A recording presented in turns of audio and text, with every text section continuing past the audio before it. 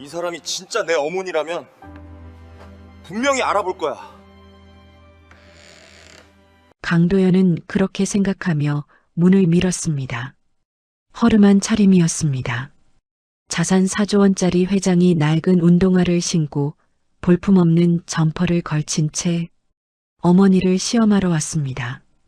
40년 전 자신을 버린 여자가 지금 이 골목에서 국수를 팔고 있다는 소식을 듣고, 그런데 국물 한 숟갈이 입에 닿는 순간 그 모든 계획이 무너졌습니다. 시험하러 갔던 아들이 결국 오열했습니다. 그날 두 사람 사이에 숨겨진 비밀이 서서히 수면 위로 떠오르기 시작합니다. 이야기 시작 전에 구독과 좋아요 해주시면 더 흥미진진한 이야기로 찾아올게요. 오늘의 사연 지금 시작합니다. 서울 한복판 지상 51층 한성그룹 본사 꼭대기층 집무실에 새벽 2시가 넘도록 불이 켜져 있습니다. 강도연은 책상 앞에 홀로 앉아 서류를 들여다보고 있었습니다. 넥타이는 조금 풀려 있었고 책상 위 커피잔은 이미 식은 지 오래였습니다. 수백 명의 임직원이 이름만 들어도 등을 고추세우는 남자. 대한민국 유통업계를 손안에 쥔 남자. 그러나 지금 이 순간 강도연의 눈은 서류 위에 있지 않았습니다. 강도연은 천천히 손을 뻗어 책상 오른쪽 서랍을 열었습니다. 자물쇠를 풀고 안쪽 깊숙이 손을 집어넣어 낡은 봉투 하나를 꺼냈습니다. 봉투 안에는 흑백 사진 한 장이 들어 있었습니다. 기저귀도 제대로 채워지지 않은 어린 사내아이와 그 아이를 품에 안은 젊은 여인.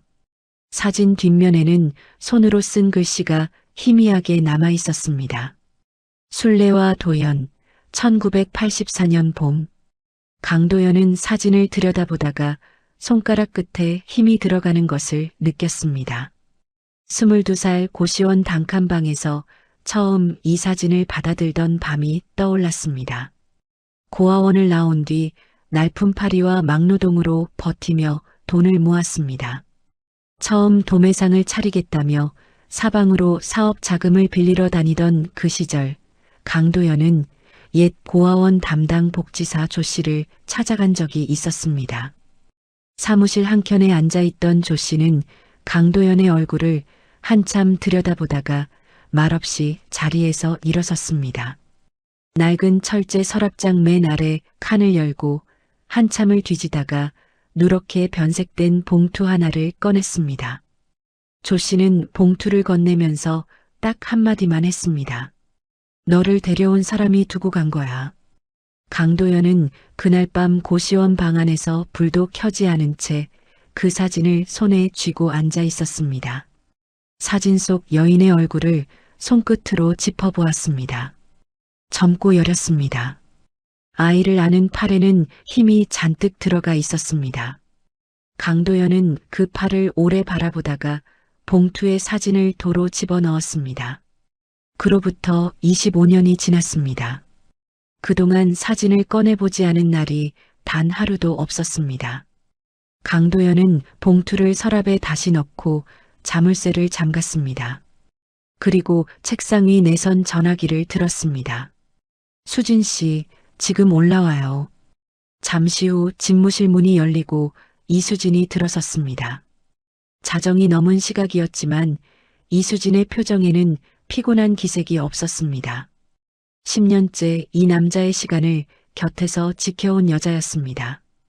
강도연이 새벽 2시에 부르면 새벽 2시에 나타나는 것이 이수진에게는 오래전부터 당연한 일이 되어 있었습니다. 이수진이 얇은 파일 하나를 두 손으로 내밀며 말했습니다. 김영구한테서 최종 보고서가 올라왔습니다. 확인하셨으면 하는 부분이 있어서요. 강도연은 파일을 받아 펼쳤습니다. 첫 장부터 사진들이 빼곡하게 붙어 있었습니다. 새벽 4시 재래시장 좌판 앞에 서 있는 노파. 커다란 망태기에 멸치 한 봉지와 다시마 묶음을 담아드는 노파.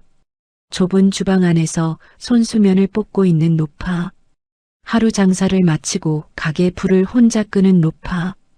강도연의 눈이 사진 위를 천천히 움직였습니다. 이수진은 말없이 그 옆에 서 있었습니다. 서울 은평구 불광동입니다. 술래네 국수라는 가게를 50년 가까이 혼자 운영하고 있고요. 이수진이 파일 안쪽 페이지를 손가락으로 짚으며 말을 이었습니다. 시장 상인들 얘기로는 한 번도 미리 손질된 재료를 쓴 적이 없다고 합니다. 매일 새벽 직접 나와서 사간다고요. 동네 주민 인터뷰에서는 형편이 어려운 이웃한테 국수를 그냥 퍼주는 일도 많다고 했습니다. 강도연은 파일을 덮었습니다. 한동안 아무 말도 하지 않았습니다. 집무실 안이 조용했습니다. 접촉은 없었죠? 네, 회장님 지시대로 어떠한 접촉도 하지 않았습니다. 강도연이 파일을 이수진에게 돌려주며 말했습니다. 앞으로도 그쪽으로 어떤 연락도 하지 마요. 내가 직접 확인하겠어요. 이수진은 파일을 받아들면서 고개를 끄덕였습니다. 그러면서도 눈을 가늘게 떴습니다. 강도연의 목소리가 평소와 달랐습니다. 10년을 함께하며 이 남자의 모든 말투를 외우다시피 한 이수진이었습니다. 지금 이 목소리는 단단하게 눌러놓은 무언가가 그 안에서 움직이고 있는 목소리였습니다. 이틀 뒤 아침이었습니다. 강도연은 지하철을 탔습니다. 전용 차량도 수행 직원도 없이 혼자였습니다. 구겨진 점퍼에 해진 운동화, 며칠을 면도하지 않아 거칠어진 얼굴.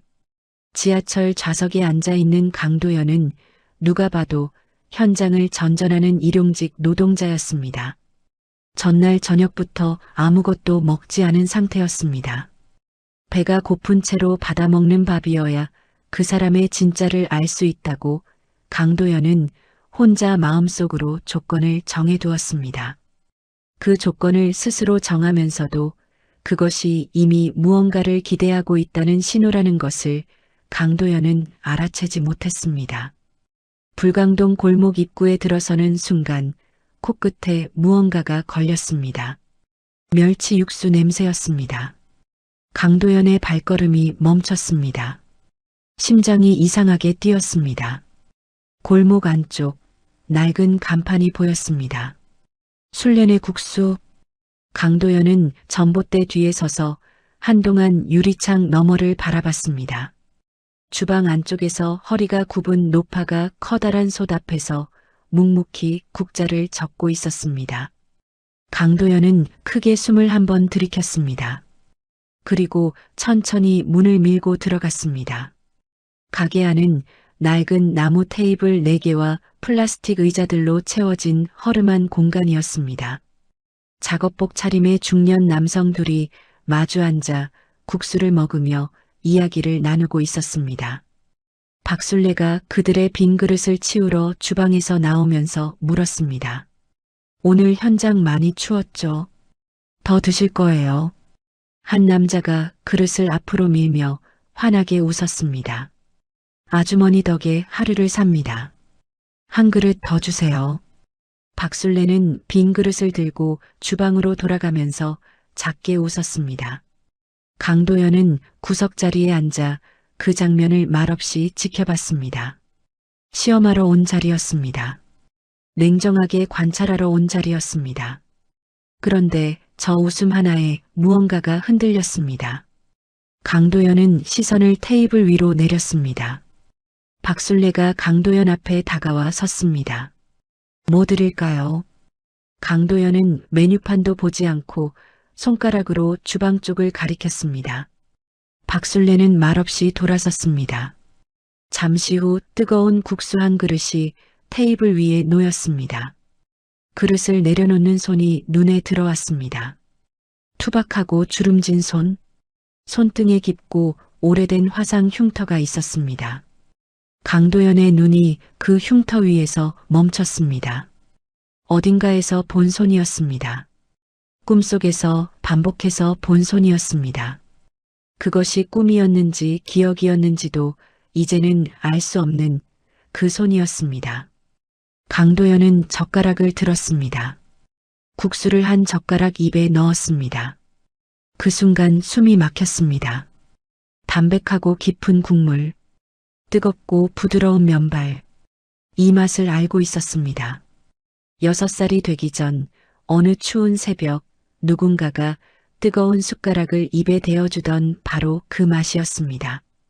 기억이라고 부르기도 어렵게 흐릿하고 먼 그 감각이 지금 이 순간 선명하게 몸 안으로 들어왔습니다. 강도연의 두 눈이 뜨거워졌습니다. 그는 고개를 숙였습니다. 젓가락을 쥔 손이 떨렸습니다. 입술을 꽉 깨물었지만 소용이 없었습니다. 어깨가 들썩였습니다. 재벌 회장 강도연은 그 자리에 없었습니다. 6살짜리 아이가 구석자리에 앉아 소리 없이 울고 있었습니다. 박술래는 주방 문 안쪽에 서 있었습니다. 손에 들고 있던 행주가 손끝에서 힘없이 떨어졌습니다. 노파는 그것도 모른 채 구석자리의 남자에게서 눈을 떼지 못했습니다. 그 뒷모습의 어깨선을, 떨리는 손등을, 숙인 고개를 바라보았습니다.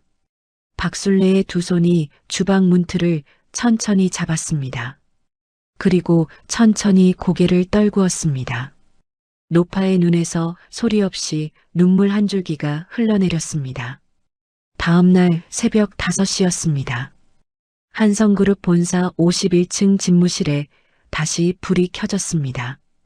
강도연은 어젯밤 집에 들어가지 않았습니다. 소파에서 두어 시간 눈을 붙인 것이 전부였습니다. 책상 위에는 새로 올라온 계열사 전략 보고서가 펼쳐져 있었습니다. 강도연은 서류를 들여다보았습니다. 그런데 숫자들이 눈에 들어오지 않았습니다. 뜨거운 국물 맛이 아직도 입안 어딘가에 남아있는 것 같았습니다. 굽은 허리, 주름진 손, 손등에 깊은 흉터.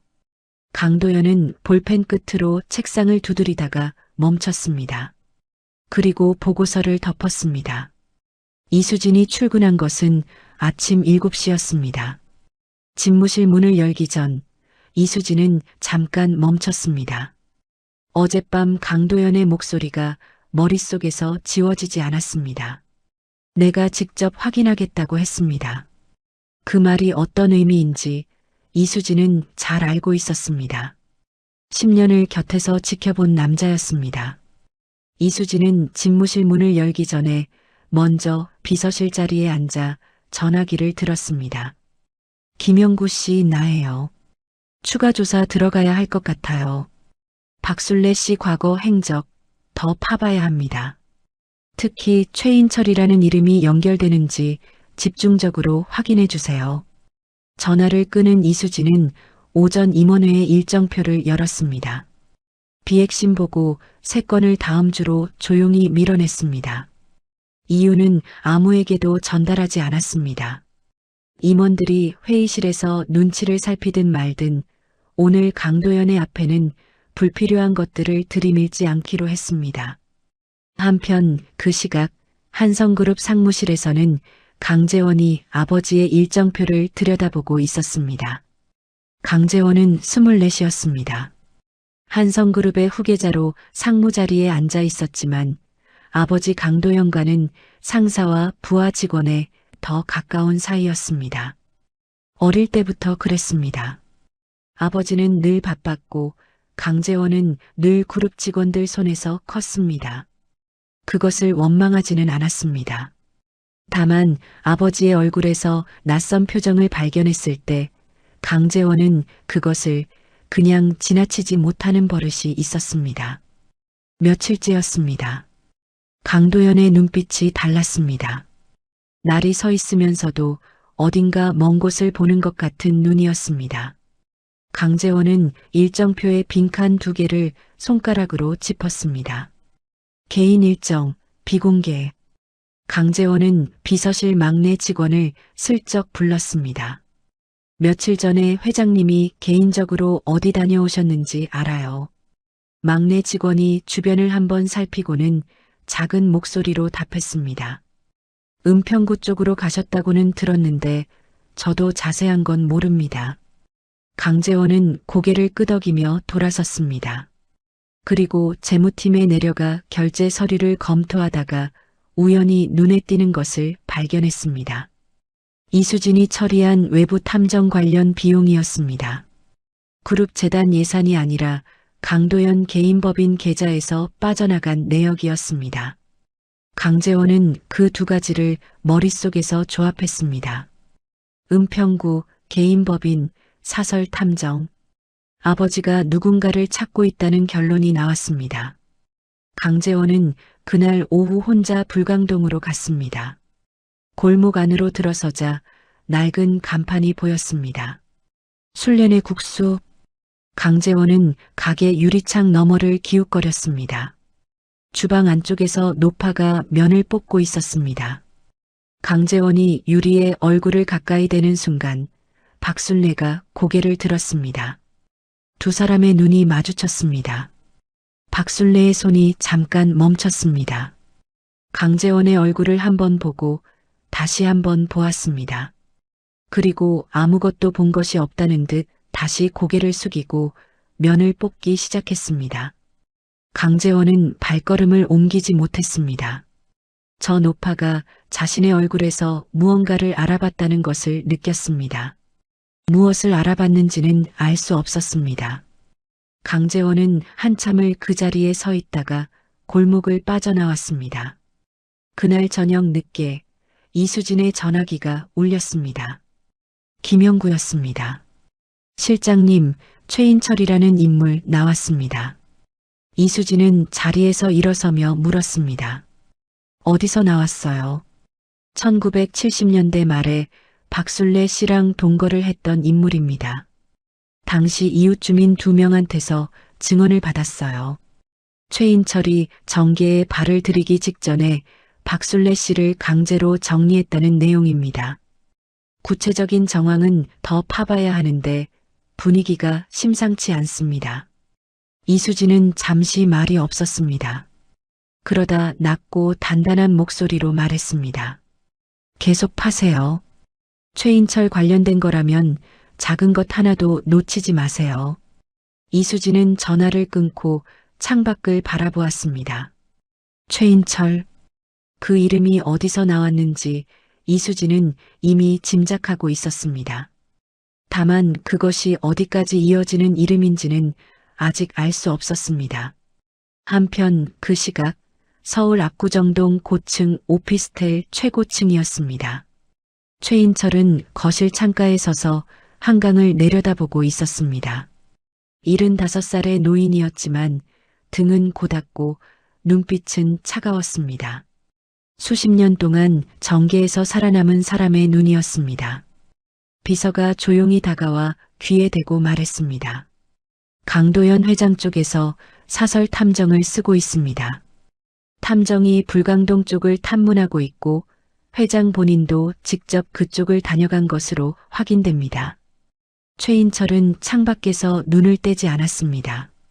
손가락으로 창틀을 천천히 두드렸습니다. 그 국수집, 내가 먼저 처리한다. 비서가 고개를 숙이고 물러났습니다. 다음 날 아침 최인철의 측근이 불광동 건물주를 찾아갔습니다. 시세의 2배를 현금으로 제시했습니다. 건물주는 그 자리에서 도장을 찍었습니다. 이틀 후 박순례의 가게 앞으로 내용 증명 봉투 하나가 배달되었습니다. 한 달 안에 가게를 비워달라는 통보였습니다. 박순례는 주방 앞 의자에 앉아 그 봉투를 오래도록 손에 쥐고 있었습니다. 50년 가까이 지켜온 자리였습니다. 새벽 4시부터 나와 불을 떼고 면을 뽑고 육수를 끓이던 자리였습니다. 박순례는 봉투를 내려놓지 못했습니다.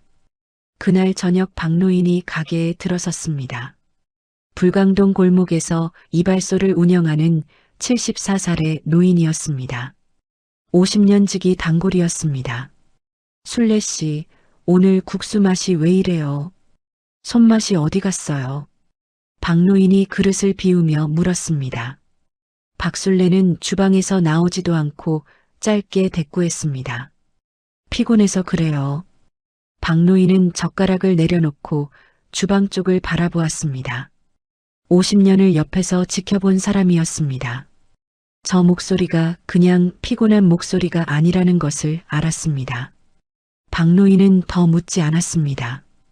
다만 자리에서 일어나지 않고 천천히 국물을 다 마셨습니다. 주방 너머로 새어나오는 불빛을 바라보면서 말입니다.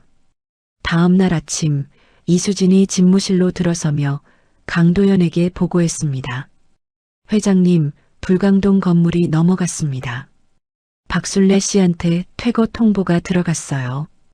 강도연이 의자를 돌리며 물었습니다. 매입한 곳이 어디요? 법무팀에서 추적했는데 차명법인으로 되어 있습니다. 지금 배우를 더 파고 있는 중이에요. 강도연은 자리에서 일어섰습니다. 창가로 걸어가 서울 하늘을 내려다보았습니다. 턱선이 굳었습니다. 법무팀 조사 계속하고 관련 자료는 전부 외부 법무법인으로 넘기세요. 이수진이 메모를 하며 고개를 끄덕이다가 잠깐 멈췄습니다. 그리고 조심스럽게 물었습니다. 재원 상무님이 며칠 전 불광동을 다녀오셨습니다. 아직 회장님께 보고를 드리지 않았는데 알고 계셔야 할 것 같아서요. 강도연은 창밖을 바라본 채 말했습니다. 알아요. 이수진은 더 말하지 않았습니다. 강도연의 뒷모습을 잠깐 바라보다가 집무실을 나섰습니다. 강도연은 창가에 서서 서울 하늘을 내려다보았습니다. 법무팀이 차명법인 배우를 정리하는데 하루가 채 걸리지 않았습니다. 이수진이 다시 집무실로 들어왔을 때 강도연의 책상 위에는 새 보고서가 놓여 있었습니다. 최인철 씨 차명법인으로 확인됐습니다. 강도연은 보고서를 손에 들었습니다. 최인철, 며칠 전 이수진에게서 처음 들은 이름이었습니다. 강도연은 보고서를 내려놓고 자리에 앉아 직접 검색창을 열었습니다. 최인철이라는 이름을 쳤습니다. 기사들이 줄줄이 떴습니다. 그중 하나의 제목이 눈에 걸렸습니다. 청년 최인철, 지역 유지 딸과 결혼, 정계 입성 발판 마련. 기사의 날짜를 확인했습니다. 1978년이었습니다. 강도연이 태어난 해였습니다. 강도연은 화면을 닫았습니다. 그리고 재원을 불렀습니다. 강재원이 집무실로 들어서자 강도연은 서류 한 장을 내밀었습니다. 불광동 국수집 건물 일대 임대 현황 직접 파악해와요. 강재원은 서류를 받아들었습니다. 단순한 부동산 조사가 아니라는 것을 알았습니다. 그러나 묻지 않았습니다. 알겠습니다. 강재원이 현장에 도착했을 때 박술래는 가게 앞에서 낡은 국수 기계를 들어 올리고 있었습니다. 혼자서 짐을 싸고 있었습니다. 벽에 붙어 있던 메뉴판을 조심스럽게 떼어내는 노파의 뒷모습을 강재원은 골목 입구에서 바라봤습니다. 발이 떨어지지 않았습니다. 강재원은 그 자리에 한참 서 있다가 사진을 찍었습니다. 집무실로 돌아온 강재원이 사진들을 아버지 앞에 내려놓았습니다. 강도연은 사진을 하나씩 넘겼습니다. 테이블을 닦는 손, 기계를 포장하는 등, 메뉴판을 떼어내는 노파의 옆모습. 강도연은 사진 하나를 집어 서랍에 넣었습니다. 그리고 말없이 검색창을 다시 열었습니다. 이번에는 최인철이라는 이름 앞에 다른 단어를 하나 더 쳤습니다. 사흘 후 아침이었습니다. 이수진이 집무실 문을 두드리고 들어섰습니다. 손에 든 파일이 평소보다 두꺼웠습니다. 강도연은 그것을 보는 순간 의자에서 몸을 일으켰습니다. 김영구한테서 추가 보고서가 올라왔습니다. 이수진이 파일을 책상 위에 내려놓으며 말했습니다. 회장님, 앉아서 보시는 게 좋을 것 같습니다. 강도연은 이수진의 얼굴을 한번 보고 자리에 앉았습니다. 파일을 펼쳤습니다. 첫 장에 산부인과 진료 기록 사본이 붙어 있었습니다. 날짜는 1978년 3월이었습니다. 강도연이 태어난 달이었습니다. 환자 이름칸에는 박술래라는 이름이 적혀 있었습니다. 강도연은 페이지를 넘겼습니다. 이웃 주민 증언 내용이 정리되어 있었습니다. 1970년대 말 최인철과 박술래가 같은 집에서 살았다는 두 사람의 증언이었습니다. 최인철이 정계에 발을 들이기 직전에 박술래를 강압적으로 정리했다는 내용도 있었습니다. 강도연은 서류를 읽다가 멈췄습니다. 창밖을 향해 눈을 고정했습니다. 한동안 아무 말도 하지 않았습니다. 이수진은 조용히 서 있었습니다. 강도연의 손이 책상 위에서 천천히 주먹을 쥐는 것을 보았습니다. 병원은 지금 없는 곳이죠? 강도연이 낮은 목소리로 물었습니다. 네, 폐업했습니다. 그런데 당시 간호사로 일했던 분을 찾았어요. 이정숙 씨라고 지금 71살입니다. 이수진이 파일 안쪽 페이지를 짚으며 말을 이었습니다. 이정숙 씨 증언에 따르면 박술래 씨가 아이를 낳던 날 병원에 혼자 왔다고 합니다. 아이가 태어난 뒤에 중년 남성이 병실 밖에 잠깐 다녀갔는데 아이 얼굴도 보지 않고 바로 나갔다고 했습니다. 그 남성이 나간 뒤에 박술래 씨가 병실에서 소리를 죽여 울었다는 것도 기억하고 있었고요. 강도연은 파일에서 눈을 들지 않았습니다. 그 남성 인상착의가 최인철이랑 일치했습니까? 네. 당시 사진과 대조했을 때 일치한다고 했습니다. 집무실 안이 조용해졌습니다. 이수진은 강도연이 다음 말을 꺼낼 때까지 기다렸습니다. 강도연은 파일을 덮었습니다. 그리고 천천히 뒤로 등을 기댔습니다. 면담 요청 들어온 거 응하겠다고 전해요. 이수진이 눈을 가늘게 떴습니다. 최인철 씨 쪽에서 들어온 면담 말씀이십니까? 그 사람이 먼저 만나자고 했으니까 내가 뭘 원하는지는 내가 직접 확인해야죠. 이수진은 고개를 끄덕였습니다. 파일을 들고 집무실을 나서려다가 문 앞에서 멈췄습니다. 회장님, 면담 전에 한 곳 더 들르셔야 할 것 같습니다.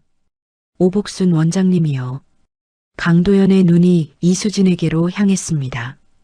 오복순, 강도연이 고아원에서 나온 뒤에도 종종 찾아가던 사람이었습니다. 그 이름이 왜 지금 나오는지 강도연은 바로 알아챘습니다. 그날 밤 강도연은 경기도 외곽의 작은 집을 찾아갔습니다. 오복순은 문을 열고 강도연을 보자마자 말없이 안으로 들어오라고 손짓했습니다. 78살의 노인이었지만 눈빛은 또렷했습니다. 두 사람은 작은 방에 마주 앉았습니다. 오복순이 오래된 서랍장을 열어 낡은 손수건 하나를 꺼내 강도연 앞에 내려놓았습니다. 네가 들어오던 날 손에 쥐고 있던 거야. 그때부터 지금까지 여기 있었어. 강도연은 손수건을 바라보았습니다. 작고 얇은 천이었습니다. 한쪽 귀퉁이에 실밥이 풀려 있었습니다. 강도연은 손수건에 손을 뻗다가 멈췄습니다. 오복순이 먼저 입을 열었습니다. 도연아, 너를 데려온 사람이 누구였는지 알아야 할 것 같아서 연락한 거야. 강도연이 고개를 들었습니다. 여자가 아니었어. 중년 남자였어. 강도연은 아무 말도 하지 않았습니다. 오복순은 천천히 말을 이었습니다. 그 사람이 서류를 직접 썼어. 그때 나랑 같이 접수를 도운 직원이 있었는데 그 친구가 서류를 보면서 나한테 그러더라고. 어머니가 죽었다고 쓰여 있는데 아이 눈이 저렇게 맑을 수 있냐고. 강도연의 턱선이 굳었습니다. 어머니가 병으로 죽었고 아버지도 없다고 그 남자가 직접 써넣은 거야. 그 직원은 이미 세상을 떠났지만 나는 그 말을 잊지 않고 있었어. 강도연은 손수건을 집어들었습니다. 얇고 낡은 천이 손바닥 위에 놓였습니다. 원장님, 그 입소 서류 원본이 아직 있습니까? 오복순이 고개를 끄덕였습니다. 창고에 있을 거야. 내가 직접 찾아볼게. 강도연은 손수건을 쥔 채 자리에서 일어섰습니다. 오복순이 강도연의 손을 잠깐 잡았다가 놓았습니다. 강도연은 고개를 숙였습니다. 그리고 집을 나섰습니다. 다음 날 저녁이었습니다. 강도연은 압구정동 고층 오피스텔 앞에 차를 세웠습니다. 혼자였습니다. 이수진에게는 위치만 알려두었습니다. 엘리베이터를 타고 최고층으로 올라가면서 강도연은 넥타이를 한번 고쳐맸습니다. 최인철은 거실에 앉아 있었습니다. 75살의 노인이었습니다. 흰 머리카락, 반듯하게 다린 셔츠, 창밖 한강이 내려다 보이는 자리. 강도연이 들어서는 것을 보고도 자리에서 일어나지 않았습니다. 두 남자가 마주 앉았습니다. 강도연은 최인철의 얼굴을 천천히 살폈습니다. 이 남자가 생부라는 정황을 이미 알고 있었습니다. 그러나 그것을 먼저 꺼내지 않았습니다. 상대가 무엇을 말하는지를 먼저 듣기로 했습니다. 최인철이 테이블 위에 서류 봉투를 밀었습니다. 한성그룹 차기 경영권, 내가 법적으로 보호해 줄 수 있어요. 정계 인맥이 아직 살아있으니까. 대신 조건이 하나 있습니다. 강도연은 봉투를 보았습니다. 손을 뻗지 않았습니다. 최인철이 말을 이었습니다. 세상에 알리지 않는 거요. 지금 강 회장이 파고 있는 것들 그냥 덮는 거예요. 강도연은 최인철의 얼굴을 바라봤습니다. 최인철이 팔짱을 끼며 말했습니다. 강 회장 어머니 되는 분이 아이를 키울 형편이 못 됐어요. 내가 직접 고아원에 데려다 놓은 거요. 그 여자를 원망하지 마세요. 능력이 없었던 거니까. 강도연의 눈빛이 바뀌었습니다. 어젯밤 오복순에게서 들은 말이 귀 안에서 울렸습니다. 어머니가 병으로 죽었다고 그 남자가 직접 써넣은 거야. 중년 남자가 서류를 썼어. 그리고 지금 이 자리에서 최인철은 스스로 그날 고아원에 데려다 놓았다고 말하고 있었습니다. 강도연은 봉투에 손을 대지 않은 채 자리에서 천천히 일어섰습니다. 최인철을 내려다보았습니다. 아무 말도 하지 않았습니다.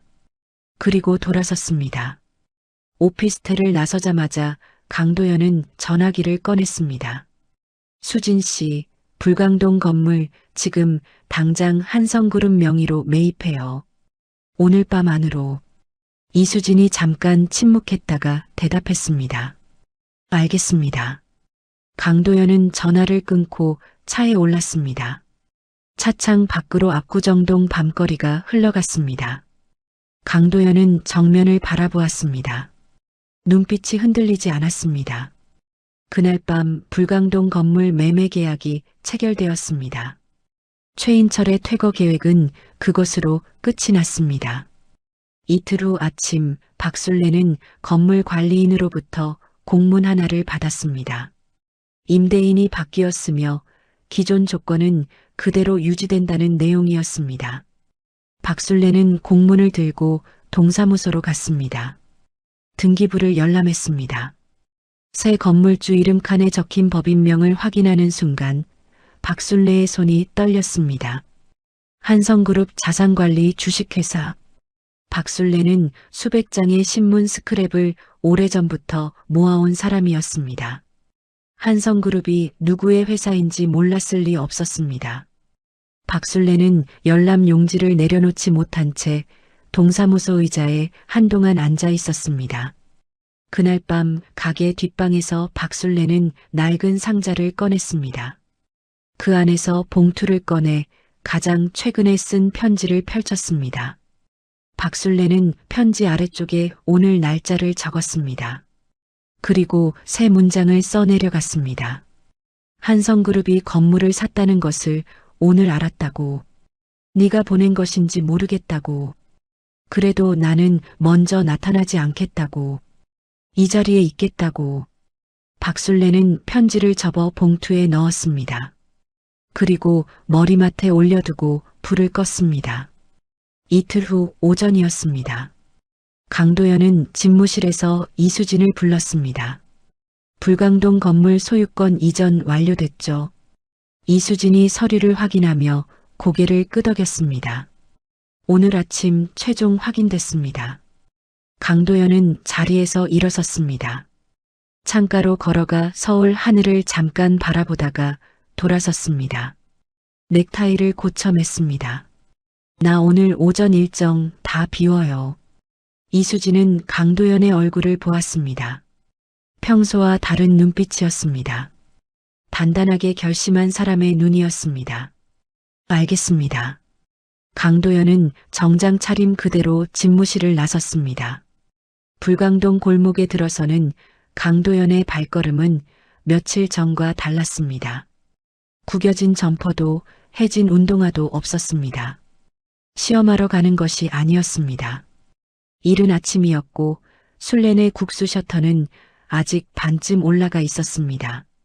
박술래가 셔터 손잡이를 잡고 위로 밀어 올리다가 골목 입구에 서 있는 강도연을 발견했습니다. 손이 멈췄습니다. 며칠 전 가게에서 국수를 먹다 울던 남자였습니다. 오늘은 반듯한 정장 차림이었습니다. 두 사람은 서로를 향해 천천히 걸음을 옮겼습니다. 강도연이 가게 앞에 서서 말했습니다. 이 건물세 임대인이 저입니다.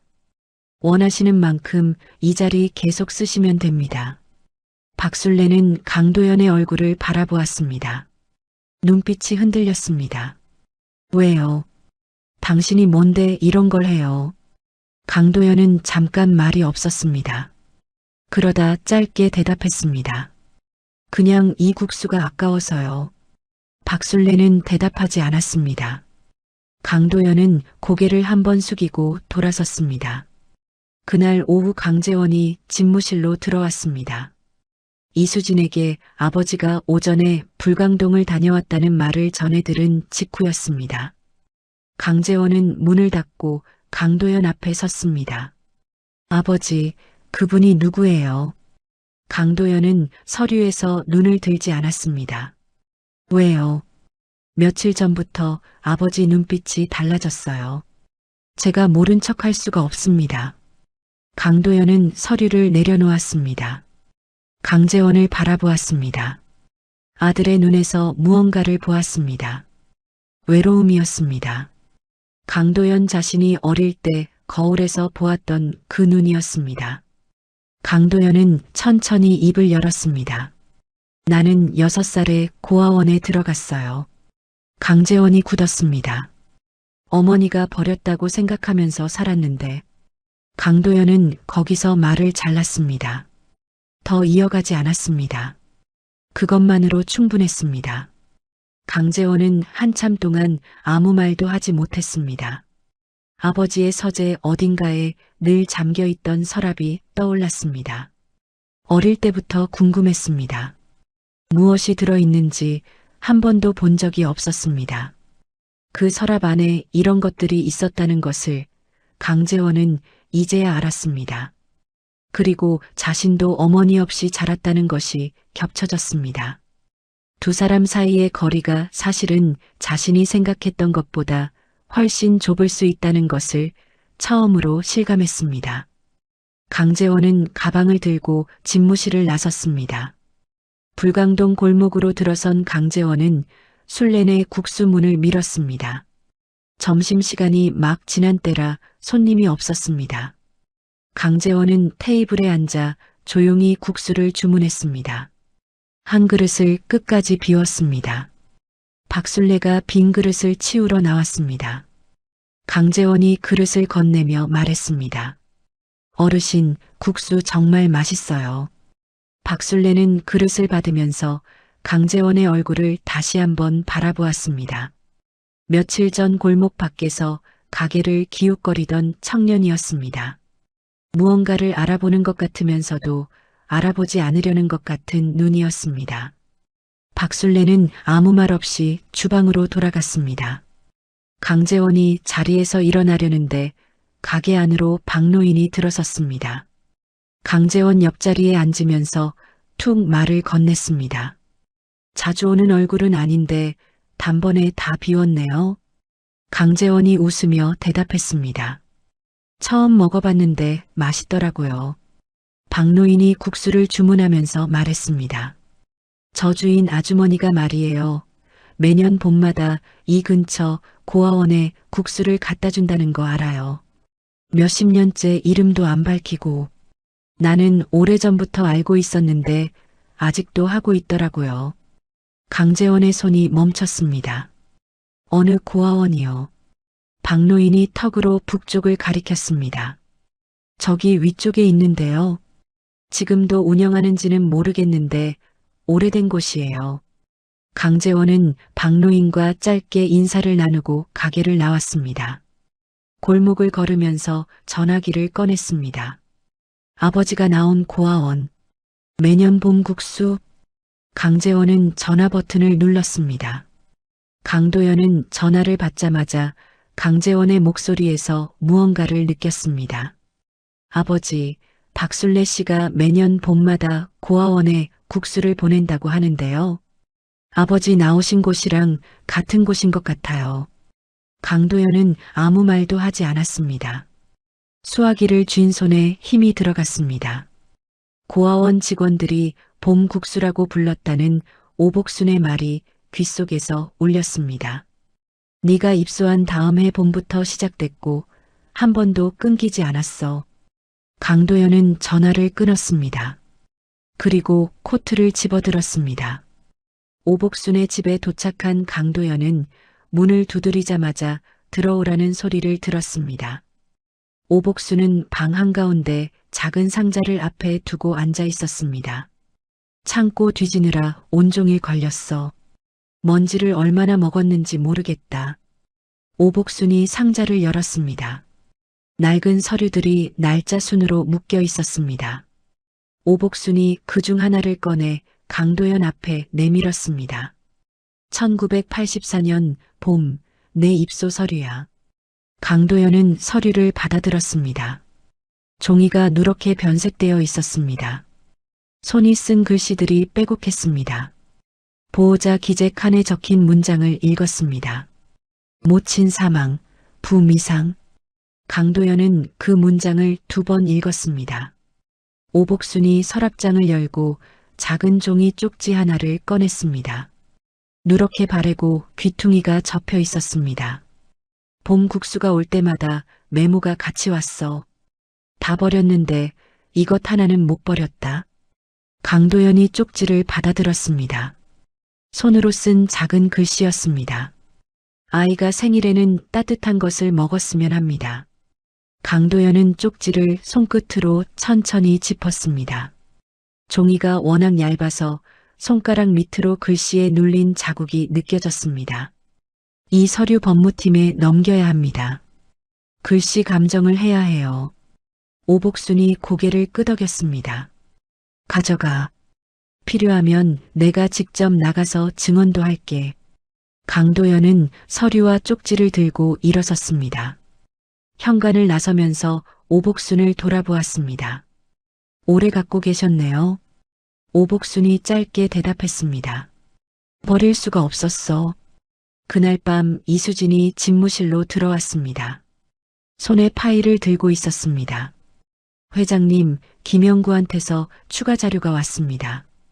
이수진이 파일을 내려놓으며 말을 이었습니다. 1984년 당시 박술래 씨 근처에 살던 이웃 주민을 찾았어요. 황 씨라고 지금 79살인데 요양원에 계십니다. 진술하실 수 있는 상태 확인했습니다.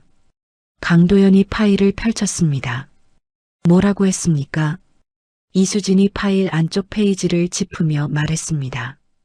최인철이 박술래 씨한테 직접 찾아와서 아이를 고아원에 보내지 않으면 아이랑 박순래 씨 둘 다 없애버리겠다고 했다는 겁니다. 황 씨가 옆집에 살면서 그 소리를 직접 들었다고 했어요. 이 내용을 녹취해서 증언록으로 정리했습니다. 강도연은 파일을 덮었습니다. 의자 등받이에 등을 기댔습니다. 천장을 잠깐 바라보았습니다. 40년이었습니다. 40년 동안 어머니가 자신을 버렸다고 믿었습니다. 그 믿음 위에서 살았습니다. 그 분노 위에서 여기까지 왔습니다. 그런데 그 믿음의 바닥이 지금 이 자리에서 완전히 뒤집혔습니다. 강도연은 자리에서 일어섰습니다. 코트를 집어들었습니다. 홍보팀장 최진수 씨, 내일 아침 일찍 나오라고 해요. 이수진이 메모를 하며 물었습니다. 어떤 안건으로 잡을까요? 강도연이 집무실 문을 열며 대답했습니다. 우리가 먼저 이야기를 쓸 겁니다. 일주일 후 봄날 아침이었습니다. 불광동 골목에 봄 햇살이 내려앉아 있었습니다. 술래네 국수 셔터는 아직 올라가지 않았습니다. 가게 문을 열기 전 박술래는 주방 안에서 혼자 육수를 적고 있었습니다. 골목 입구에 강도연이 서 있었습니다. 정장 차림이었습니다. 며칠 전처럼 돌아서지 않았습니다. 천천히 가게 쪽으로 걸어갔습니다. 주방 문을 두드렸습니다. 박술래가 고개를 들었습니다. 강도연과 눈이 마주쳤습니다. 강도연은 숨을 한번 고르고 입을 열었습니다. 저 강도연입니다. 박술래의 손이 멈췄습니다. 국자가 솥 안에서 천천히 기울었습니다.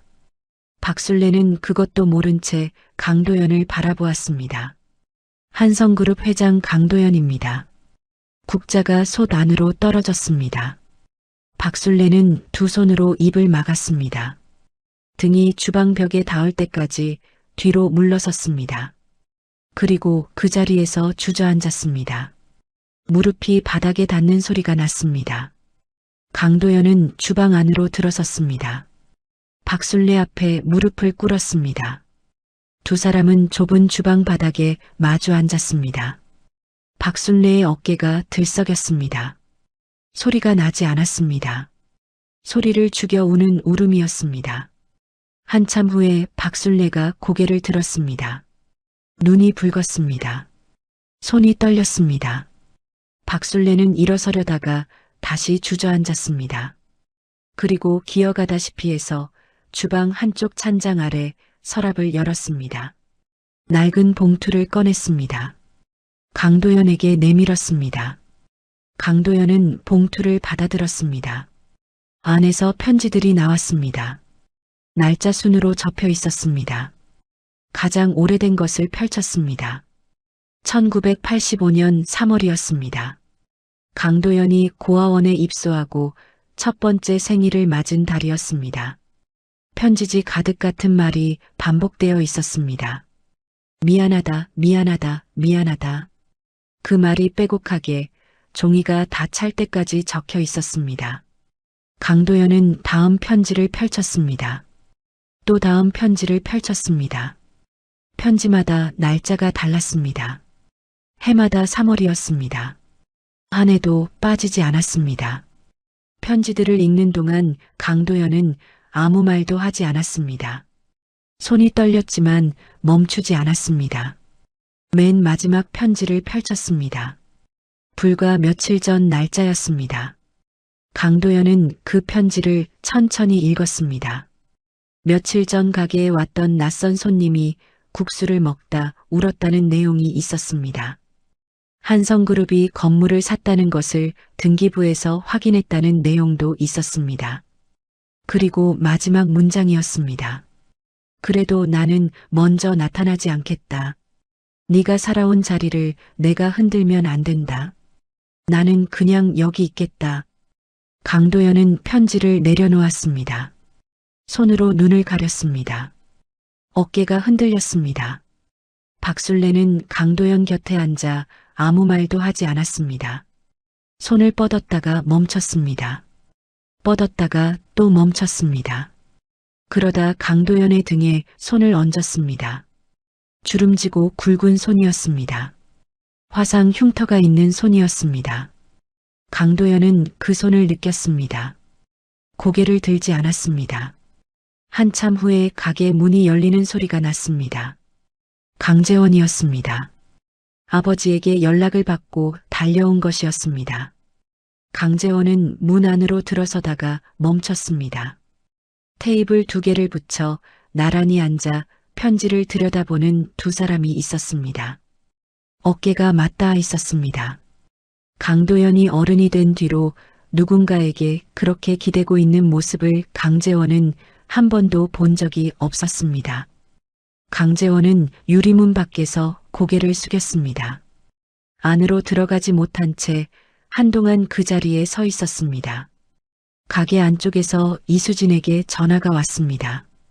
도연이 저녁 이후 업무 연락에 응하지 않는다는 것을 확인한 이수진은 그룹 로비에 혼자 앉아 서류를 정리했습니다.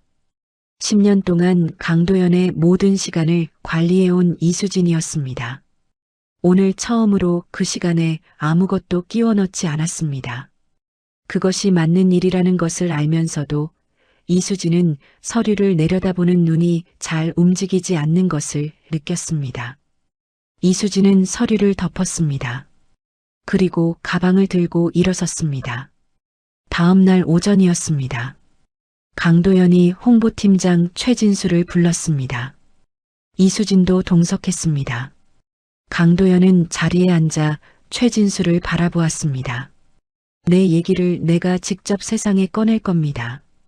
최인철이 먼저 흘리기 전에 최진수가 노트북을 열면서 물었습니다. 어디까지 공개하실 생각이십니까? 전부요. 고아원 출신인 것, 어머니를 찾은 것, 불광동 국수집까지. 최진수가 잠깐 멈추었다가 메모를 시작했습니다. 30년 넘게 홍보 일을 해왔지만 이런 브리핑은 처음이었습니다. 며칠 후 주요 언론사에 보도 자료가 배포되었습니다. 기사가 나간 날 아침 포털 검색어 상위에 강도연 회장 어머니라는 단어가 올랐습니다. 한성그룹 주가는 장중 최고치를 갱신했습니다. 불광동 국수집 위치가 온라인 커뮤니티에 빠르게 퍼졌습니다. 이수진은 전날 밤 미리 박술래의 가게 인근 골목에 안전 펜스를 치고 경비 인력 2명을 배치해 두었습니다. 다음 날 아침 골목 앞에는 꽃다발을 들고 온 사람들이 줄을 서 있었습니다. 박술래는 가게 한쪽에 놓인 텔레비전 화면을 바라보고 있었습니다. 강도연의 이름이 화면에 계속 떴습니다. 강재원이 옆에 앉아 있었습니다. 박술래는 손으로 눈가를 닦았습니다. 강재원은 말없이 박술래의 손을 잡았습니다. 그날 오후 강도연은 한성그룹 전 임직원 앞에 섰습니다. 강도연은 단상 위에서 임직원들을 바라보았습니다. 마이크를 잡은 손이 평소와 달리 천천히 움직였습니다. 나는 내가 어디서 왔는지 부끄러웠던 적이 있었습니다. 이제는 아닙니다. 그것이 전부였습니다. 강도연은 단상을 내려왔습니다. 집무실로 돌아온 강도연은 서랍을 열었습니다. 낡은 봉투를 꺼냈습니다. 사진을 꺼내 유리 액자에 넣었습니다.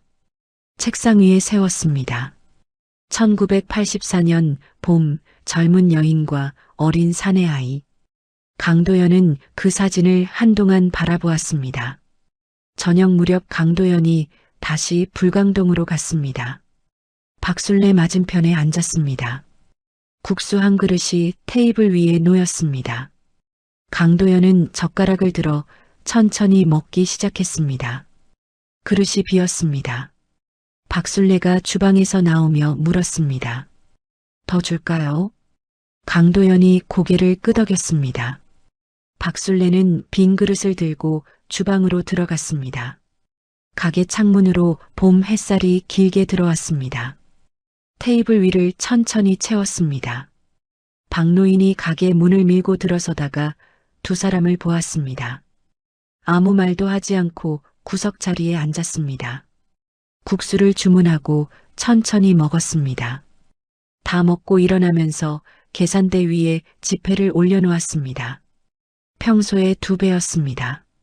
박노인은 문을 밀고 나가면서 작게 중얼거렸습니다. 오늘 국수가 제일 맛있었어요. 그날 밤 강재원에게서 문자가 왔습니다. 강도연은 전화기 화면을 보았습니다. 아버지, 오늘 잘 됐어요. 아버지라는 호칭이었습니다. 강재원이 그 호칭을 쓴 것은 처음이었습니다. 강도연은 답장을 보내지 않았습니다. 화면이 꺼질 때까지 그 문자를 들여다보았습니다. 봄이 무르익던 어느 날 아침이었습니다. 이수진의 전화기가 새벽 6시에 울렸습니다. 법무팀장이었습니다. 실장님, 지금 바로 나오셔야 할 것 같습니다. 이수진은 전화를 끊고 옷을 집어들었습니다. 한성그룹 본사 법무팀 회의실에 불이 켜진 것은 새벽 6시 반이었습니다. 법무팀장이 서류를 펼치며 이수진을 바라보았습니다. 재원 상무님이 어젯밤에 거래를 하나 진행하셨습니다. 최인철 씨 쪽에서 압박용으로 확보해둔 수도권 상가 건물이 있는데 그걸 상무님이 직접 매입하려 하셨어요. 계열사 부동산 정결 라인을 쓰셨는데 문제는 그 건물이 지금 감독기관이 들여다보고 있는 법인 소유라는 겁니다. 이수진은 눈을 감았다가 떴습니다. 금감원에서 연락이 왔습니까? 오늘 아침 소명 요구 공문이 들어올 겁니다. 이수진은 자리에서 일어섰습니다. 회장님께 보고하기 전에 재원 상무님 업무폰 확인해요. 거래 전에 남긴 기록이 있는지 전부 찾아보세요. 법무팀이 움직이는 사이 이수진은 강도연에게 전화를 걸었습니다. 강도연은 전화를 받자마자 이수진의 목소리에서 상황을 읽었습니다. 집무실로 들어선 것은 아침 7시였습니다.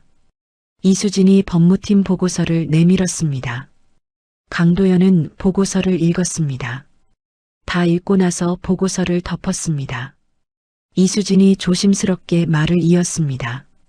재원 상무님 업무폰에서 발송하지 않은 문자 초안이 나왔습니다. 이수진이 화면 캡처 사진을 내밀었습니다. 강도연이 받아들었습니다. 아버지, 제가 이 일을 끝낼게요. 강도연은 그 문장을 오래 바라보았습니다. 보내지 못한 문자였습니다. 강도연은 사진을 내려놓았습니다. 턱을 괴고 한동안 앉아 있었습니다. 한편 그 시각 최인철은 이 소식을 아침 일찍 보고받았습니다. 압구정동 자택 거실에서 측근의 말을 듣고 난 최인철은 짧게 지시를 내렸습니다. 언론에 넘겨요. 오늘 안으로. 오전이 채 지나기 전에 인터넷 기사가 올라왔습니다. 한성그룹 오너 일가 불법 자금 운용 의혹. 강도연이 잦은 공개로 쌓아 올린 긍정적인 여론이 흔들리기 시작했습니다. 한성그룹 주가가 떨어졌습니다. 주요 거래처에서 계약 재검토 요청이 들어왔습니다. 강도연은 집무실에서 실시간으로 상황을 보고받았습니다. 보드 위에 숫자들이 가득 찼습니다. 이수진이 옆에서 전화를 받고 메모를 했습니다. 그때 강도연의 전화기가 울렸습니다. 강재원이었습니다. 강도연은 전화를 받았습니다. 강재원의 목소리가 떨렸습니다. 아버지, 박순례 씨가 쓰러지셨어요. 지금 병원 응급실입니다. 강도연은 손에 들고 있던 서류를 내려놓았습니다. 보드 위의 숫자들이 눈에서 멀어졌습니다. 이수진이 강도연의 얼굴을 보았습니다. 회의실 안임원들이 강도연을 바라보고 있었습니다. 이수진이 회의실 문을 닫으며 강도연 곁으로 다가섰습니다. 회장님, 저희가 여기 있습니다. 가세요. 강도연은 코트를 집어들었습니다.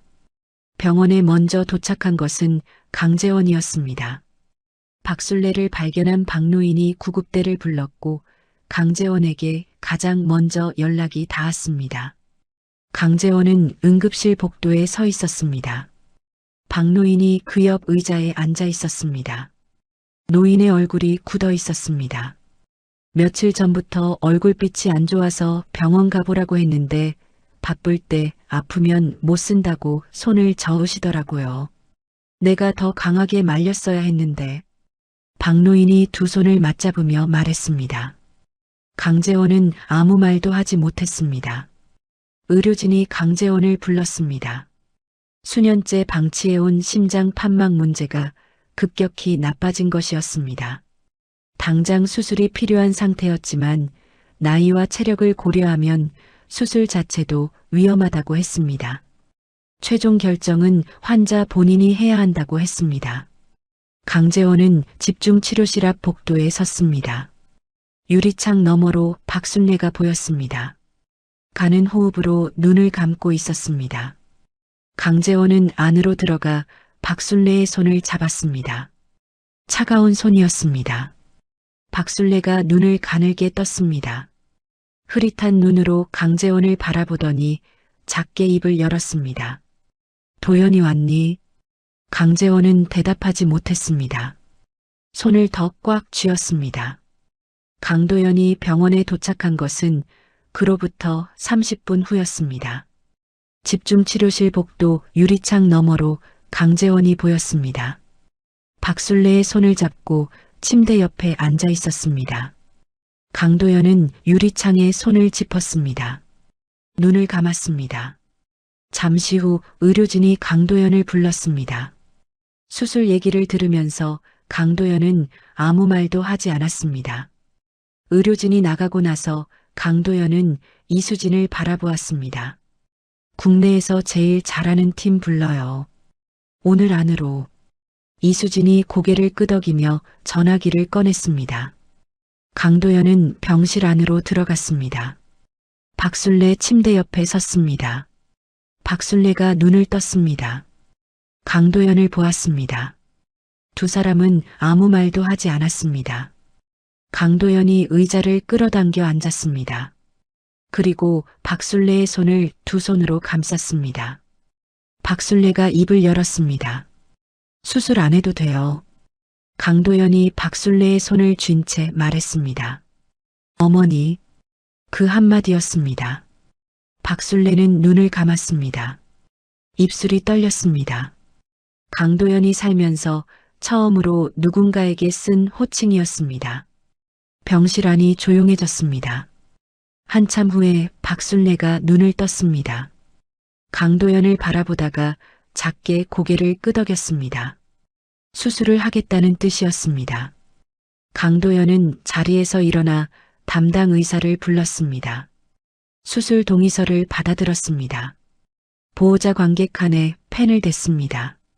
잠깐 멈추었다가 썼습니다. 아들. 수술 날짜는 사흘 뒤로 잡혔습니다. 그날 밤 병원 복도는 조용했습니다.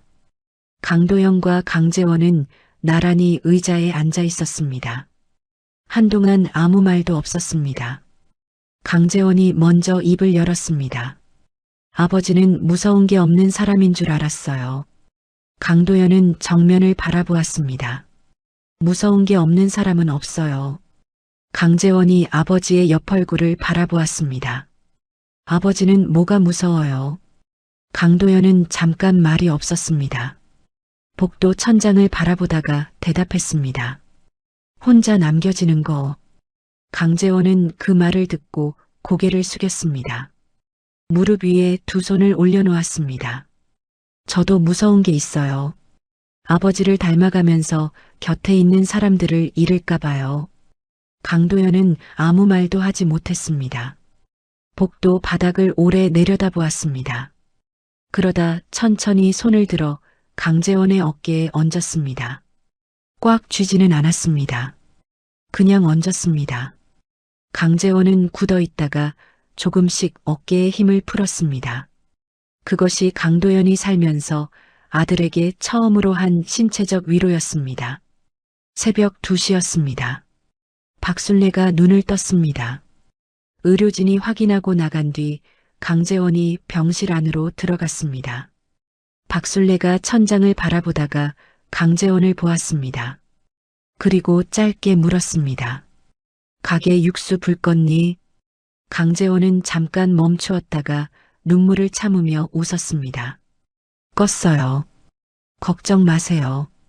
복도에서 그 말을 들은 강도연도 짧게 웃었습니다. 소리 없는 웃음이었습니다. 이수진은 복도 끝 소파에 앉아 노트북을 열고 있었습니다. 법무팀 대응, 이사회 후속 처리, 최인철 합의 요청 검토, 혼자 감당해야 할 일들이 쌓여 있었습니다. 자판을 두드리다가 잠깐 멈추었습니다.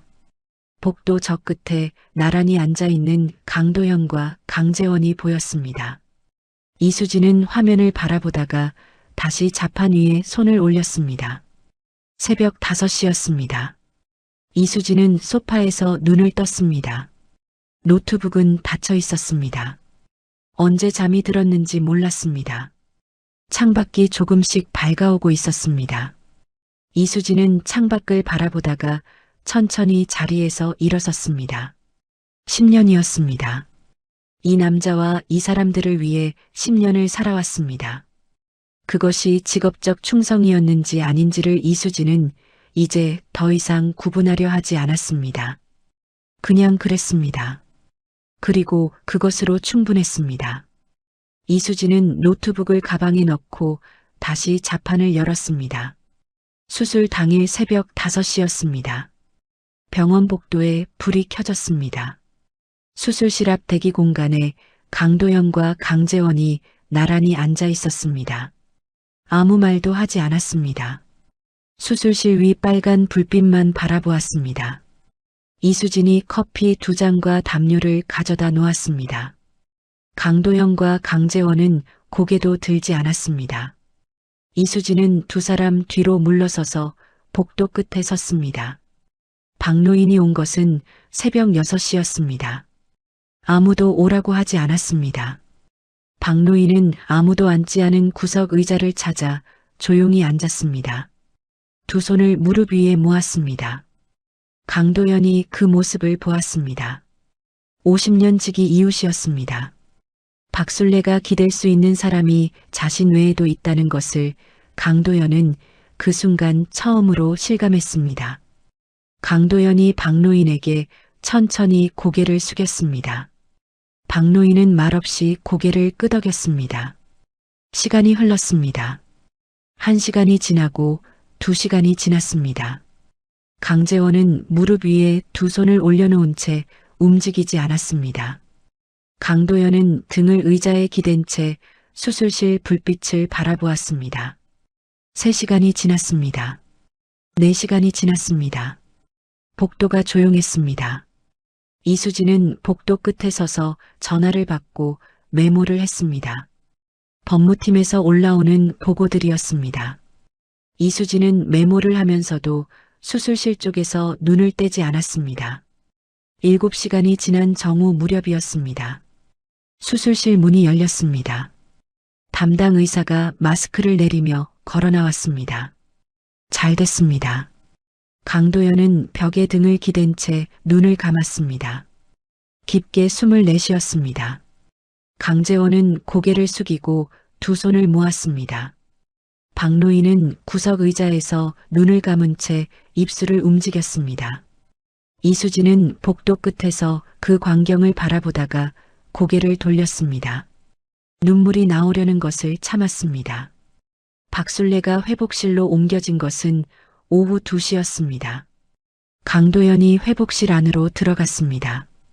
박술래는 눈을 반쯤 뜨고 천장을 바라보고 있었습니다. 강도현이 침대 옆에 앉았습니다. 박술래의 손을 두 손으로 감쌌습니다. 박술래가 입을 열려고 했습니다. 강도현이 먼저 말했습니다. 어머니. 박술래는 눈을 감았습니다. 두 볼 위로 눈물이 흘렀습니다. 강도현은 박술래의 손을 쥔 채 아무 말도 하지 않았습니다. 한참 후에 강도현이 병실을 나왔습니다. 복도 창가에 섰습니다. 이수진이 다가와 옆에 조용히 섰습니다. 강도현이 창밖을 바라보며 말했습니다. 어머니는 나를 보낸 그 새벽부터 평생 나를 데리고 살았던 것 같아요. 이수진은 아무 말도 하지 않았습니다. 그냥 그 자리에 함께 서 있었습니다. 다음 날부터 강도현은 두 가지를 동시에 움직였습니다. 하나는 최인철에 대한 법적 대응이었습니다. 이수진이 확보한 황씨 노인의 증언록, 오복순이 찾아낸 입소서류 원본, 필적 감정 결과가 차례로 법무법인에 전달되었습니다. 법무법인은 협박과 강제 입양 강요, 재산 침해 혐의로 형사 고소장을 제출했습니다. 박술래 명의의 전세 보증금이 최인철 관계자에 의해 서류 조작으로 빠져나간 사실도 추가로 확인되면서 사건의 범위가 넓어졌습니다. 다른 하나는 이사회였습니다. 강도연이 직접 이사회에 출석해 재원의 거래 경위를 설명했습니다. 재원이 공개 사과문을 발표했습니다. 이사회는 상무직 일시정지 6개월 후 복귀로 결정을 내렸습니다. 그 무렵 강재원은 아버지의 지시로 박술래의 가게 리모델링 프로젝트를 맡았습니다. 상무직이 정지된 동안 할 일이었습니다. 강재원은 설계사와 인테리어 업체를 만나면서 매주 병원을 찾았습니다. 도면과 샘플을 들고 박술래 병실로 들어갔습니다. 처음에 박술래는 손을 저었습니다. 아무렇게나 해도 돼요. 그냥 쓸 수 있으면 되는 거야. 강재원이 도면을 펼치며 말했습니다. 그래도 어르신이 오래 쓰실 곳인데 불편하면 안 되잖아요. 테이블은 어디에 놓는 게 편하세요? 박술래는 못 이기는 척 도면을 들여다보았습니다. 그러다 손가락으로 한 곳을 짚었습니다. 주방 창문은 이쪽으로 내야 해. 아침에 햇살이 들어와야 육수색이 보이거든. 강재원이 메모를 했습니다. 또 다른 건요. 박술래가 도면을 더 들여다보다가 말했습니다. 테이블은 원래 있던 자리에 놔야 해. 손님들이 오래 앉던 자리가 있어. 강재원은 그 고집이 어디서 나오는 것인지 알았습니다. 50년을 지켜온 공간이었습니다. 그 자리들 하나하나에 사람이 쌓여 있었습니다. 강재원은 고집을 꺾으려 하지 않았습니다. 전부 그대로 반영했습니다. 어느 날 박술래가 퇴원 이틀 전 조감도를 받아들었습니다. 한참을 들여다보다가 귀퉁이 한 곳을 손가락으로 짚었습니다. 여기에 의자 하나 더 놓을 수 있어요. 강재원이 그 자리를 보았습니다. 창가 쪽 구석이었습니다. 혼자 앉기 좋은 자리였습니다. 그 자리, 아버지 자리예요. 박술래는 대답하지 않았습니다. 조감도를 접어 침대 머리맡에 올려두었습니다. 강재원도 더 묻지 않았습니다. 그 무렵 최인철에게서 연락이 왔습니다. 측근을 통해 메시지가 전달되었습니다. 모든 소송을 취하하면 강도연의 출생 관련 서류를 전부 없애주겠다는 내용이었습니다. 이수진이 그 메시지를 들고 강도연을 찾아갔습니다. 강도연은 메시지를 읽었습니다. 말없이 종이를 접었습니다. 봉투에 넣었습니다. 이수진에게 건네며 말했습니다. 증거 목록에 추가해요. 이수진이 봉투를 받아들었습니다. 강도연이 말을 이었습니다. 그리고 수진 씨 수고했어요. 이번에 이수진은 봉투를 가슴에 안으며 고개를 숙였습니다. 며칠 후 이수진이 집무실로 들어왔습니다. 손에 서류 봉투를 들고 있었습니다. 필적 감정 결과가 나왔습니다. 입소 서류 자필 기재 내용이 최인철 씨 서명 샘플과 동일 필자일 가능성이 높다는 의견서입니다. 강도연은 서류를 받아들었습니다. 훑어보고 내려놓았습니다. 그리고 전화기를 들었습니다. 전화가 연결되자 강도연이 말했습니다. 원장님, 감정 결과 나왔습니다. 감사합니다. 오복순의 목소리가 들렸습니다. 잘 됐구나. 내가 증언 나가야 하면 언제든지 말해. 강도연은 전화를 끊고 잠깐 눈을 감았습니다. 박술래가 태어난 날이었습니다. 강재원의 차가 불광동 골목 앞에 섰습니다. 박술래가 차에서 내렸습니다. 골목 안쪽에 새 간판이 보였습니다. 술래네 국수. 예전보다 조금 더 선명하고 단단한 서체였습니다. 같은 자리에 붙어 있었습니다. 박술래는 간판을 한동안 올려다보았습니다. 그리고 천천히 가게 문을 열었습니다. 6달이 지난 가을이었습니다. 불광동 골목 안쪽에 사람들이 줄을 서 있었습니다. 술래네 국수가 다시 문을 여는 날이었습니다. 리모델링을 마친 가게는 이전보다 조금 넓어졌습니다. 그러나 낡은 나무 테이블 하나와 박순례가 50년 동안 써온 국수 기계는 그대로였습니다. 단골 손님들이 들어오면서 하나같이 같은 말을 했습니다. 그대로네. 박노인이 제일 먼저 들어왔습니다. 가게 안을 한 바퀴 둘러보고 나서 자기 자리에 앉았습니다. 예전 자리였습니다. 강도현과 강재원이 나란히 들어온 것은 그 다음이었습니다. 두 사람은 창가 쪽 테이블에 앉았습니다. 강도현이 창밖 골목을 바라보는 사이 박순례가 주방에서 국수 2그릇을 들고 나왔습니다. 테이블 위에 내려놓으면서 강재원을 보았습니다. 많이 먹어요. 강재원이 웃으며 젓가락을 들었습니다. 가게 입구에는 이수진이 준비한 국화 화분 여러 개가 놓여 있었습니다. 화환 대신이었습니다. 박순례가 아침에 가게 문을 열다가 그것을 보고 잠깐 멈추었습니다. 하나씩 들고 들어가 창가에 올려두었습니다. 이수진은 골목 바깥에서 그 모습을 확인하고 자리를 떴습니다. 최인철에 대한 재판은 그 무렵 마무리 단계였습니다. 협박과 강제 입양 강요, 재산 침해 혐의가 모두 인정되었습니다. 측근의 추가 진술과 필적 감정 결과가 증거로 채택되었고 재판부는 유죄를 선고했습니다. 징역 3년에 집행유예 5년이었습니다.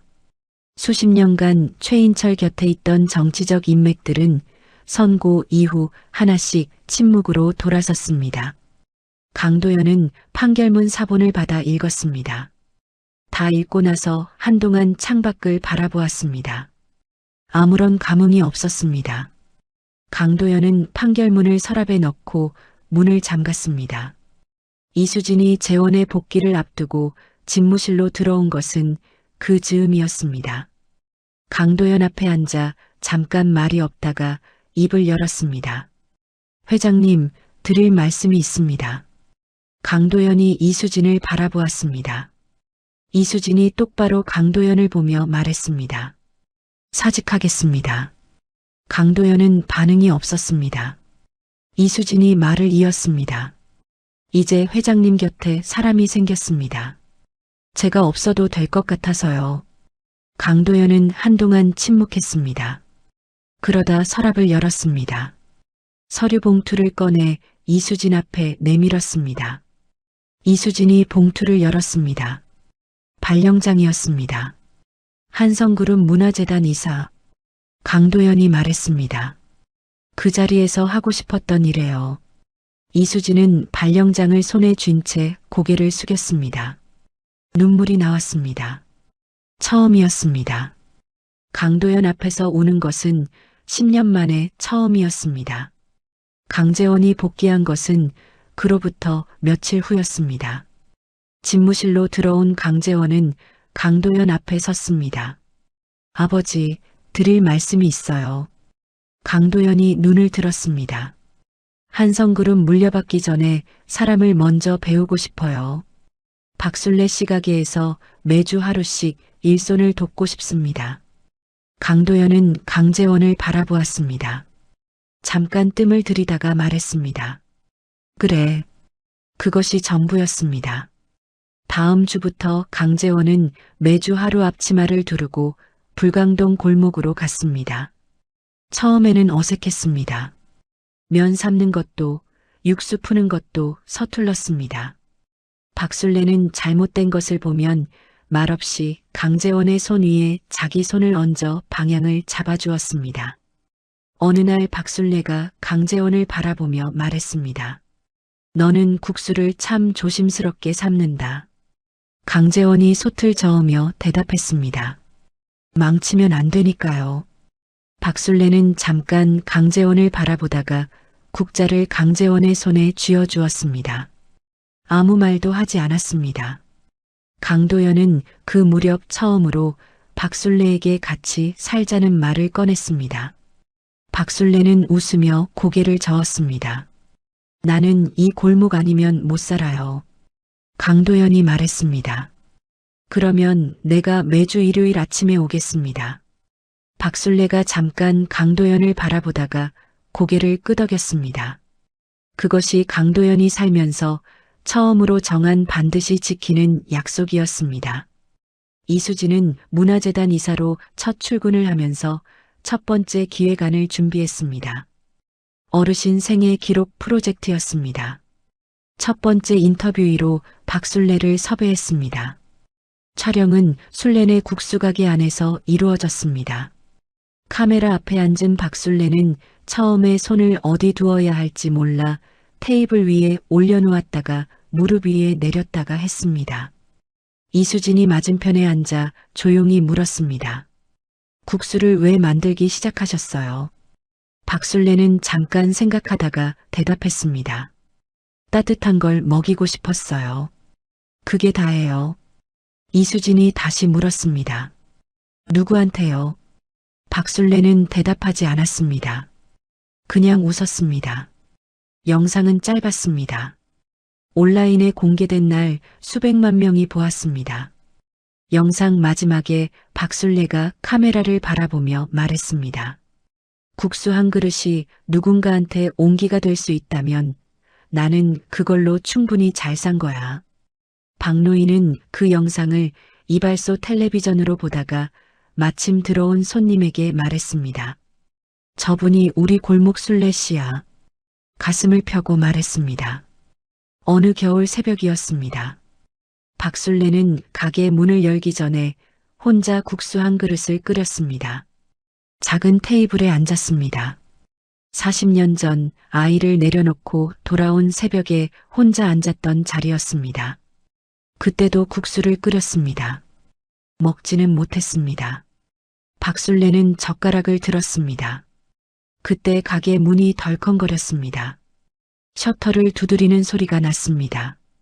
박술래는 젓가락을 내려놓고 일어섰습니다. 셔터를 올렸습니다. 강도연이 서 있었습니다. 새벽 찬바람에 코끝이 붉었습니다. 박술래는 아무 말도 하지 않고 돌아서서 주방으로 들어갔습니다. 국수 한 그릇을 더 끓였습니다. 강도연이 들어와 박술래 맞은편에 앉았습니다. 뜨거운 국수 한 그릇이 테이블 위에 놓였습니다. 두 사람은 마주 앉아 국수를 먹었습니다. 아무 말도 하지 않았습니다. 가게 창문으로 새벽빛이 조금씩 들어왔습니다. 멸치 육수 냄새가 불광동 겨울 골목을 채웠습니다. 낡고 작은 가게 안이 따뜻했습니다. 국수 한 그릇이었습니다. 수천억을 움직이는 사람도 40년의 시간도 결국 그 뜨거운 국물 한 숟갈 앞에서 무너졌습니다. 버린 사람도 버림받은 사람도 서로를 향해 손을 내밀기까지 얼마나 많은 시간이 필요했는지, 어쩌면 용서는 거창한 말이 필요하지 않은지도 모릅니다. 그저 따뜻한 국물 한 그릇, 그리고 마주 앉은 시간 하나면 충분한 것인지도 모릅니다. 이야기를 끝까지 들어주셔서 감사합니다.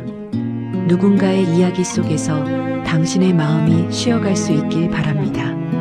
구독과 좋아요로 이 따뜻한 여정을 찬란 사연과 함께 해주세요. 다음 이야기에서 또 만나요.